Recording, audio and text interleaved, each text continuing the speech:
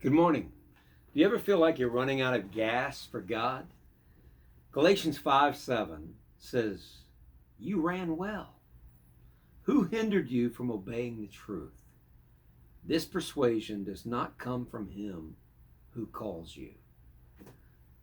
What makes us lose our momentum for God? Get tired. Feel like it's not worth it anymore. We wouldn't say that outright.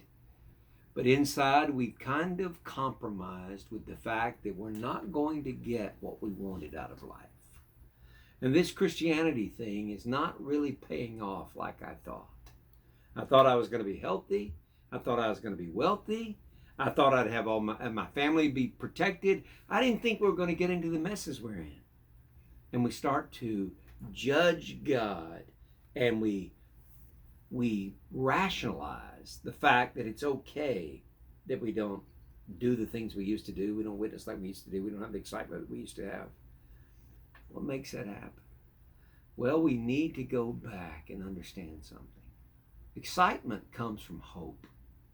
Hope about something great, good happening in the future.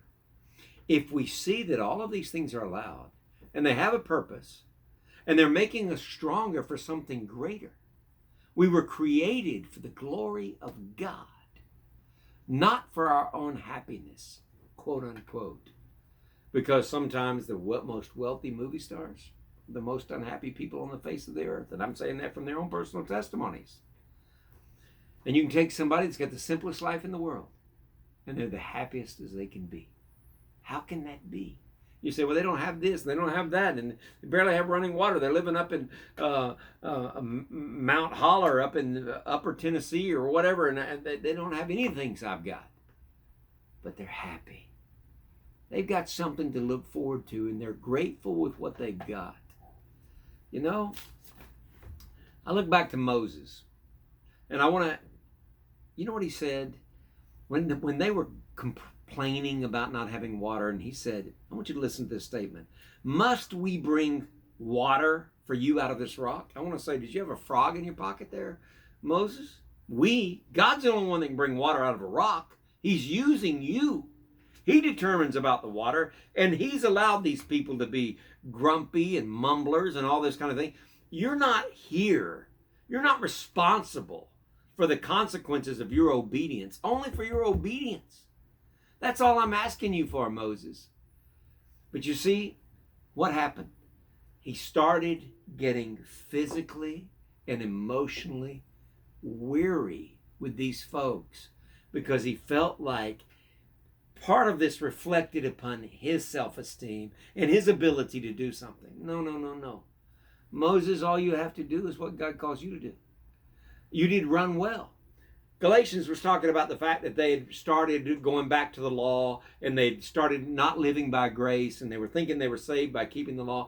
And Paul was saying, why are you going back? You need to go forward. There's hope. There's excitement. There's goals. Jesus said on the cross, it is finished. Paul said there's henceforth a crown of righteousness waiting for me. Something was completed. There's something. If you're living, God has something for you to do. There's something to be happy about. You're moving forward. There's something tomorrow for you. There's something today for you. God is not finished with you because you're still breathing. Moses, it's not up to you. It's up to God. So don't take that personal responsibility and get all of that emotional exhaustion. It's not up to you. It's up to him. And if it doesn't work out, that's on God. That's not on you. He's the one that gets water out of the rock, and he's the one that makes these people get into the promised land, not you. You see, unresolved conflict in our past, unless it's resolved like he had, will wear and tear on our emotional strength. That's why God says forgive everybody. That's why he says if you have a grievance with somebody, go make it right. Don't let that conflict eat up at your strength and get you to the place where you don't run for God anymore. You barely even crawl because we've used up that. And he also unmet expectations. The things, I don't have time to go into it, but let me ask you something. There's something you want out there that you don't think you're getting? That's up to God. He knows what your heart is. Delight yourself in the Lord to give you the desires of your heart. It's all back on God. There's something great for you. Don't stop running. Ye did run well. What's hindering you from keeping going? God will get you there. Don't give up. God bless you. Have a great day.